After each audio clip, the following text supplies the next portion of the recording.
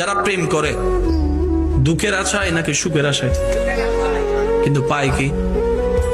দুঃখ পায়, যন্ত্রণা পায়, টেনশন পায়, অপমান পায়, লজ্জা পায়। অনেকে তো এমন আছে এই প্রেমে সেকা খেয়ে বেকা হয়ে নেশার মধ্যে গিয়ে নিজের লাইফটাও শেষ করে দিচ্ছে। একই ছাদের নিচে হাজার হাজার স্বামী স্ত্রী এখনো বসবাস করছে। স্বামীর সাথে স্ত্রীর মনের মিল নাই, স্ত্রীর সাথে স্বামীর মনের মিল নাই।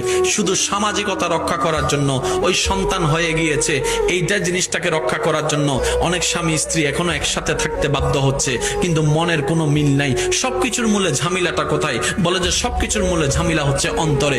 এবার রব বলে, ও আমার বান্দা, যতক্ষণ পর্যন্ত তোমার দেহের সবচাইতে দামি স্টেশন সেই অন্তরকে তুমি শয়তানের ফাঁদে ফেলে রাখবা, এই শয়তান তোমাকে সাময়িক লোভ দেখাই কিছু আনন্দ মজার দিকে নিয়ে গিয়ে লোভ দেখিয়ে দেখিয়ে তোমাকে ধ্বংস করবে, তোমার দুনিয়াটাও নষ্ট করবে, চিরন্তকাল ওই পরকালকেও নষ্ট করবে।